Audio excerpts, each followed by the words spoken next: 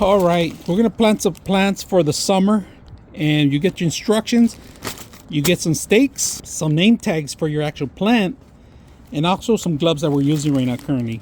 So let's put one together like this one, and you're gonna see how it looks with the plant. Let me show you how to put these things together. All right, very simple. You get a bunch of these, all right, but you grab this corner here, you just hit it down, straight down, and it locks in place with these automatic locks.